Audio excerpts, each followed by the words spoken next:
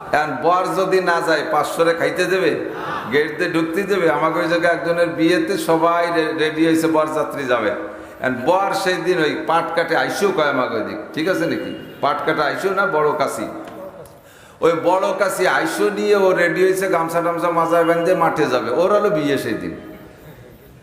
তো ওর কাজে আমরা তোর বিয়েতে যাব বলে রেডি হয়েছে, তুই দিয়ে আইসো কাশি নিয়ে ডাঙ্গায় যাস, মাঠে যাস, কি ব্যাপার? কয় যে আমার পাট কাটতে হবে, মাঝি বাইরে নিয়ে যাও। ওর বিয়ের দিন ওর পাট কাটতে হবে, মাঝি বাইরে নিয়ে যাও। দিনেও পড়াই, রাত্রেও পড়াই। ওয়াজ যে কয় মাস ছিল না, সেই কয় মাস খুব বেশি পড়াইছি, বিরাম নাই। অনেকে মনে করে এই সময় হুজুররা জিল এসছে, সিজনের শুরুতেও কষ্ট হয়ে যায়, পরিশ্রম হয়ে গেছে অনেক বেশি, তারপরে স্বাস্থ্য শরীর খারাপ হয়ে গেছে, জন্য বেশিক্ষণ কথা বলতে পারি না। তো যতটুকু পারি আল্লাহ যা বলায়। তো হুজুরের এক হাত ধরে ডাকাতি, হুজুরের পকেট টুকাইয়া পকেটের মধ্যে হাত ঢুকাই দেয়। কামিয়া কথাবার্তা না কয়ে কি এরো? কয় হুজুর একটু আগে আপনার ওয়াজ শুনেছি, আপনারা বলছেন অফিস সময় রিস্ক হুকুম, আসমানে আপনাদের রুজি, আপনাদের রুজি আসমানে, আর আমাকে রুজি হলে আপনাকে পকেটে। আল্লাহ পাক রব্বুল আলামিনের যত গুণ আছে, সমস্ত গুণের মধ্যে একটা গুণ হলো, সিফাতি নামের মধ্যে একটা হলো ফাআলুল লিমা ইউরিদ, যা খুশি তাই করেন। লক্ষ্য করি ভাই, আমি মাদ্রাসায় পড়াই, দিনে হাদিস পড়াই, রাত্রেও পড়াই। মাদ্রাসার দিন মাহফিল থাকে না, রাত 12টা-1টা পর্যন্ত পড়াই। ছেলেরাই বসে থাকে, পড়াই। দিনেও পড়াই, রাত্রেও পড়াই। ওয়াজ যে কয় মাস ছিল না, সেই কয় মাস খুব বেশি পড়াইছি, বিরাম নাই। অনেকে মনে করে এই সময় হুজুররা জিল এসছে। হ্যাঁ, জিল এসছে, বিশ্রাম নিচ্ছে, একদল আছে। তা আমাদের কপালে বিশ্রাম নাই। মাহফিলের সময় মাহফিল না থাকলে পড়াই। তো আপনারা তো সবাই মাদ্রাসার ছাত্র না, ভর্তি হতে পারবেন না, এটা আল্লাহ জানে। এজন্য আল্লাহ তাআলা সুন্দর একটা ক্লাসের ব্যবস্থা করে দিয়েছে, ফিল্ডে ওয়াজ মাহফিল। হাজারো মানুষ আল্লাহর রহমতে এখান থেকে, আমাদের থেকে অনেক মাসালা শিখে আমল করতেছে, আছে না? আমি নামাজের মাসালাগুলি ইউটিউব থেকে শুনি, অনেকে সে বিষয়ে আমলে আসছেন কি আসেন নাই? ইউটিউব থেকে শুনে আসছেন। অজু গোসলের মাসালাগুলি বলে থাকি। স্বাভাবিকভাবে গতানুগতিক যে ওয়াজ আমি ইদানিং করি না, আমি জরুরি বিষয়গুলো নিয়ে আলোচনা করে কিছু তালিমের ব্যবস্থা করি। তাতে সুরও হয় না, গজলও হয় না, কণ্ঠও হয় না। এই কাটা ধরনের কথা আপনাদের কষ্ট হবে? যদি 2টা মাসালা শিখে যেতে পারেন, লাভ হবে না? বহুত শুনছেন কিস্সা কাহিনী। আমি একটা কিস্সা জুড়ে দিলে একে কিস্সায় 3-4 দিন কিস্সা শেষ হবে না, কি ফায়দা? একটা কিস্সা আবুল আখের পড়লে নামাজের মধ্যে নামাজ হবে? ওই যে অজু গোসল হয়। কিন্তু মানুষের এই জাতীয় জরুরত অনেক রয়ে গেছে কিনা, এই জন্য আমি সে বিষয়ে কিছু কাটা কথা আপনাদেরকে, পর্দার আড়ালে মা বোনরা বসে আছে, কিছু মশালা শুনতে চায়, শিখতে চায়, ইচ্ছা করি কিছু বলার জন্য, যদি আল্লাহ তৌফিক দান করে ইনশাআল্লাহ। সিজনের শুরুতেও কষ্ট হয়ে যায়, পরিশ্রম হয়ে গেছে অনেক বেশি, তারপরে স্বাস্থ্য শরীর খারাপ হয়ে গেছে, দুনিয়ার দুশ্চিন্তা ইত্যাদি মিলেইয়া, এজন্য বেশিক্ষণ কথা বলতে পারি না। তো যতটুকু পারি আল্লাহ যা বলায়। তো আল্লাহ পাকের যত গুণ আছে তার মধ্যে একটা গুণ হলো, যত ক্ষমতা আছে তার মধ্যে একটা হলো ফাআলুল লিমা ইউরিদ। আরবিতে বলে ফাআলুল লিমা ইউরিদ, যা চান তাই করেন, যা চান। আর আরেকটা হলো এর পাশে আলা কুল্লি শাইইন কাদির, যা চান তা করার ক্ষমতা রাখেন, যা চান তাই যা চান তাই করেন, এবং যা করার ইচ্ছা করেন তা করতে পারেন, ক্ষমতা রাখেন। এই গুণ একমাত্র কার? প্রেসিডেন্টের, প্রধানমন্ত্রীর, সেনা প্রধান, আইজি সাহেব, র্যাব প্রধান, আঞ্চলিক মন্ত্রী, আমেরিকার প্রেসিডেন্ট, জোরে না কইতে থাকতে হবে। যতবার না কবেন ততবার আল্লাহর ওয়াহদানিয়ত, আল্লাহর ক্ষমতার স্বীকৃতি হবে। এটা কলেমায় তৈয়বার নেকি পাবেন, কারণ সুবহানাল্লাহ। ভারতের প্রধানমন্ত্রী, জাপান, চীন, যা খুশি তারা কি করতে পারে? পারে না। একমাত্র কে পারে? মুহূর্তের ভিতরে আকাশে মেঘ নাই, লক্ষ কোটি গ্যালন, টনকে টন পানি মুহূর্তের ভিতরে সরবরাহ করেন, সুন্দরভাবে এক জায়গা গল গল করে ডালি দিয়ে সে জায়গায় ডাবায় দেয় না। কি সুন্দর ঝর্ণা আল্লাহর হাতে ছিটেই ছিটিয়ে চিকুন মোটা বিভিন্ন প্রকারের ফোঁটা দিয়ে যেখানে যেমন দরকার সুন্দর করে পানি বর্ষায় দিচ্ছেন। ক্ষমতা কার? আবার কয়েক মাস পর্যন্ত বৃষ্টি দেয় না, জমিনকে পোড়ায়, জমিনকে পোড়া দেয়। পোড়ার ভিতরেও বরকত, ভিজানোর ভিতরেও বরকত, ঠিক না? কায়দা মতো রোদ দিয়ে জমিনটা পোড়ায় দিলি কি হয়, জমিনের ভিতরে অনেক জীবাণু আছে, ওগুলো নষ্ট হয়ে যায়। পরবর্তীতে বৃষ্টি দিলে উর্বর শক্তি হয়, ফসল সুন্দর হয়। তা আল্লাহ পাকের এই মহা ক্ষমতার 3 দিন ব্যাপী প্রমাণ দেখাইছে। আমাদের 3 দিন মাহফিল ছিল, গত 3 দিন। গতকাল তো আপনাদের জানা আছে শাকপাল দিয়া লেখত ভাইয়ের ওখানে ছিল, সেটাও মিস হয়ে গেছে। তার আগে 2 দিন মিস হয়ে গেল। আজকেও সংশয় ছিল আসাদ ভাইজান যে হবে কি হবে না, পারবো কি পারবো না। তারপরে উনি হিম্মত হারা হয় নাই। তো হিম্মতের বদৌলতে আল্লাহ পাক আমাদেরকে তৌফিক দিয়েছেন, একটু শুকর আদায় করে নি আলহামদুলিল্লাহ। যা খুশি তাই করেন, যা করার ইচ্ছা করেন তা করার ক্ষমতা রাখেন। সারা দুনিয়ার সব লগ রয়েছে, যাদের থেকে লগ শুরু হয়েছিল তাদের লগ আবারও চলতেছে। এখন France, Italy, Australia, America, Bharat সহ ওই দিক মাঝে আবার আরব আমিরাতগুলো মোটামুটি ভালো হয়ে গেছে। এপাশে দাদাবাবুরা আর ওপাশে আবার গডফাদাররা। দাদাবাবু আর গডফাদার 2 দলের মধ্যে দিয়ে চলতেছে করোনার দাওয়া দাবড়। ফাঁকে আমাদের ছোট্ট বাংলাদেশকে আল্লাহ তাআলা এখন অনেক ভালো রাখছে, বলেন আলহামদুলিল্লাহ। আল্লাহ যেন বাংলাদেশকে আরো ভালো করে দেয়, এবার বলেন আমিন। শীতের প্রারম্ভে মাননীয় প্রধানমন্ত্রী ভয় পেয়ে একটু সিগন্যাল দিয়েছে, একটু ভবিষ্যৎবাণী দিতে চাইছেন আমাদের সতর্কতার জন্য। উনি তো গায়েব জানে না, উনি গায়েব জানে নাকি? আমাদের পিসাবরা একটু গায়েব জানে, এর কথা কয় না? পিসাবরা গায়েব জানে না, তা কিভাবে জায়গায় বসে কয় যে এই পাশে ট্রাক জিরে বইরে ট্রাক আসতেছে, এ কয় কিভাবে? ওই পাশে গরু আসতেছে।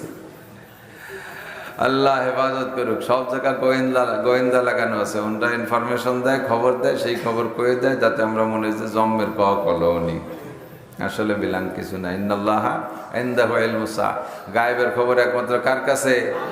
আল্লাহ নবীকে বলে কুল লাউ কুনতু আলামুল গায়বা লাস্তাকসারতু মিনাল খায়র। নবী তুমি উম্মতরে বলে দাও, আমি যদি গায়েব জানতাম তাহলে কোনো ক্ষতিতে আমাকে স্পর্শ করতে পারতো না। আমার দাঁত ভাঙ্গা খাওয়া লাগতো না, আমার মাথা ভাঙ্গা খাওয়া লাগতো না, আমার এইভাবে জাদু করে 1 মাস পর্যন্ত বিপদে ফেলাই রাখতে পারতো না। আমি গায়েব জানি না বিধে আমার এই দুরবস্থা সময় সময় ঘটে গেছে। কথা কন ঠিক কি ঠিক না? তো নবীও গায়েব জানে না। মাননীয় প্রধানমন্ত্রী গায়েব বলেন নাই, উনি ভবিষ্যৎবাণী বলেছেন এভাবে যে সিমটম লক্ষণ দেখে কিছু সন্দেহ করতেছেন যে যেহেতু করোনা রোগটা ভিজেতে এবং ঠান্ডায় ওরা নাকি প্রোটেকশন বেশি হয়, ওদের জন্ম বাড়ে এবং শক্তিশালী হয়, এই জন্য শীতকালকে ভয় পেয়ে উনি ভবিষ্যৎবাণী দিয়েছেন। বাকি আমরা মাননীয় প্রধানমন্ত্রীকে দোয়া করব, দেশের জন্য দোয়া করব, তাকে পরামর্শ দেব যে ওলামায়ে কেরামের জন্য এবং আমাদের মাহফিলগুলো খুলে রাখেন, আমরা আপনাদের জন্য কমপক্ষে দোয়া করব। কতক্ষণ দোয়া করব না? আমরা এই জায়গা করোনার থেকে বাঁচার জন্য তো দোয়া করব, দেশের সবার জন্য দোয়া করব। হিন্দু বৌদ্ধ খ্রিস্টান সবাই বেঁচে যাবে। যেখানে যেখানে হিন্দু ভাইদের প্রশাসনিক ব্যবস্থায় তাদের হাতে খানি ক্ষমতা আছে, সে জায়গায় দিয়ে পূজা পাঠে অনুমতি দিয়ে যাচ্ছে। পূজার তালে তালে আমাকে একটু অনুমতি না দিয়ে পারতেছে না। তো পুজোর মণ্ডপে যদি করোনা না ঢোকে তাহলে আল্লাহ বাসালি ওয়াজের মাহফিলে করোনা ঢুকবে, তাই না? তাহলে পূজার মণ্ডপে করোনা ঠেকলে কি ওয়াজের মাহফিলে ঠেকবে নাকি? এ কথাও বলবেন না। ইনশাআল্লাহ ওয়াজের মাহফিলের প্রতি কার রহমত? আল্লাহর রহমত। নাজালাত আলাইহিমুস সাকিনা গাশিয়াতুমুর রহমা, রহমতের ফেরেশতায় আমাদের বেষ্টন করে বসে আছে। তো যেই ফেরেশতাদের মাধ্যমে আল্লাহ তাআলা করোনা সহ বিভিন্ন প্রকার রোগ ব্যাধি আমাদের কাছে পৌঁছয় দেয়, ওই রহমতের ফেরেশতারা যদি পাহারা দেয় তা কিভাবে দেয়? একজনের কাঁধের উপরে আর একজনের পা রেখে দাঁড়াতে থাকে, এভাবে হাতে হাত দিয়ে একেবারে আসমান পর্যন্ত আমাদের এই মাঠটাকে গ্রাও করে ফেরেশতা দাঁড়িয়ে আছে। এখন সুবহানাল্লাহ, চতুর্দিক দিয়ে রহমতের ফেরেশতা বেষ্টন করে আছে। নাজালাত আলাইহিমুস সাকিনা, আপনাদের উপর এখন সাকিনা খাস রহমত নাজিল হতে তালে আছে। তা আমাদের বিশ্বাস যে রহমতের ভিতরে গজব ঢোকে, রহমতের মধ্যে গজব ঢোকে না, ঠিক না? অতএব মাহফিলগুলো এবং মসজিদগুলো মাদ্রাসাগুলো যদি খোলা থাকে, এর ওসিলায় বাংলাদেশে করোনা মুক্ত থাকবে, আর সেই সুবাদে অন্যরাও খাই বাঁচতে পারবে ইনশাআল্লাহ। কথা কন না কেন? দুনিয়ায় খাদ্য বাজেট হয় মুসলমানের নামে, জোরে কন কাদের নামে? কাদের নামে? মুসলমানের নামে খাদ্য বাজেট হয়। হযরত উসমান রাদিয়াল্লাহু তাআলা, হযরত আলী রাদিয়াল্লাহু তাআলা, দুইজনের কিস্সা শোনাই। হযরত উসমানও তো প্রেসিডেন্ট ছিলেন, আর হযরত আলীও প্রেসিডেন্ট ছিলেন। আগে ছিলেন উসমান, লাস্টে ছিলেন আলী। প্রথম ছিলেন আবু বকর, তারপরে ওমর, তারপরে উসমান, তারপরে আলী। বলেন রাদিয়াল্লাহু আনহুম। এই চারজনের নাম আমরা পড়লাম। তো হযরত উসমান যখন খানা খাইতেন, বড় লোক মানুষ তো, উসমান খানা খাইতে বসলে দস্তারখানে 20-30 প্রকারের তরকারি নিয়ে বসতেন। তখন সাহাবায়ে কেরাম কেউ কেউ বলতেন যে হযরত আবু বকর কম খাইছেন, উমর কম খাইছেন, হুজুরও কম খাইছেন, আপনি তো এত খানা নিয়ে বসছেন কেন?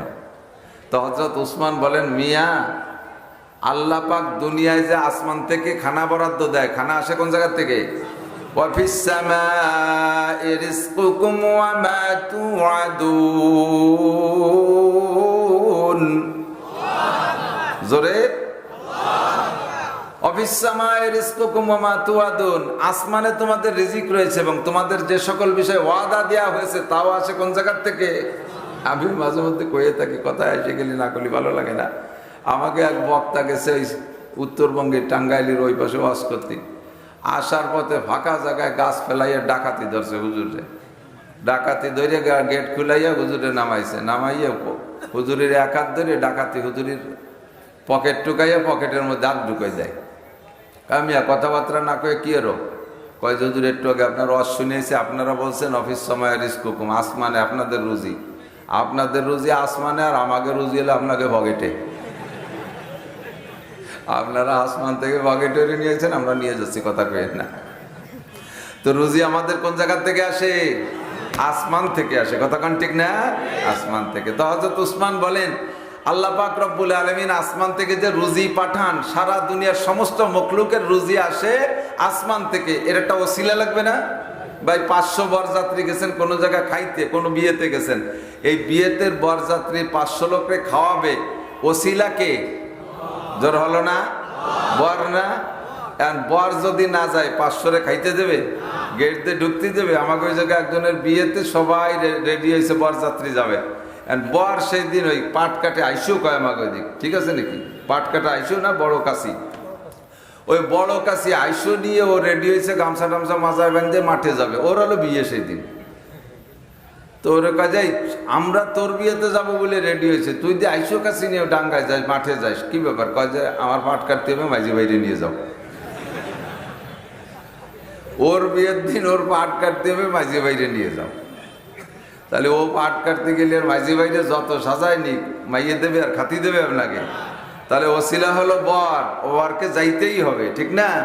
যাত্রী যদি প্রধানমন্ত্রী, বিরোধী দিলেন এরশাদ শেখদের, এরশাদ চাচা, এই সমস্ত বড় বড় মোটা মোটাও হয়, তবুও বর ভ্যান চালানি হলেও বরের উপস্থিতি না হওয়া পর্যন্ত গেটও খুলবে না, খাইতেও দেবে না। সারা দুনিয়ায় উসমান রাদিয়াল্লাহু তাআলা আনহু বলেন, আমেরিকার প্রেসিডেন্ট বলো, জাপানের প্রেসিডেন্ট বলো, চীনের প্রেসিডেন্ট বলো, ভারতের প্রধানমন্ত্রী, বাংলাদেশের প্রধানমন্ত্রী, প্রেসিডেন্ট বলো, বিশ্বের 350 দেশের যত প্রেসিডেন্ট প্রধানমন্ত্রী যাই আছে, যত কোটিপতি, শিল্পপতি, রাষ্ট্রপতি, ভগ্নিপতি, যত পতি আছে, সব পতিরা খায় আমাকে মোমেন মুসলমানদের ওসিলায়। আমরা বর, আমরা দুনিয়ায় কি? এখন তারা মোটা মোটারা যত বড়ই হোক না কেন, দুনিয়ায় যখন বর থাকবে না, পার্টির ভিতরে যখন বর থাকবে না, তখন যাত্রীদেরকে ওই জায়গায় বসতি দেওয়া হবে না। কাজেই দুনিয়া টিকে আছে মোমেন মুসলমানদের ওসিলায়, রুজি আসে আমাদের জন্য। তা আমরা না খাইয়ে থাকবো, আমরা 1-2 ভাগ দিয়ে খাবো, আর ওই দামলা বদমায়েশের দল ওরা সোয়া সোয়া পদের খাবে? এটা হতে পারে না। এই জন্য কামাই করছি, মোটা কামাই, আল্লাহ আমাদের ওসিলায় দেশে, আমি খাইয়ে থাকলে ওরা খাবে, নাই খাবে না।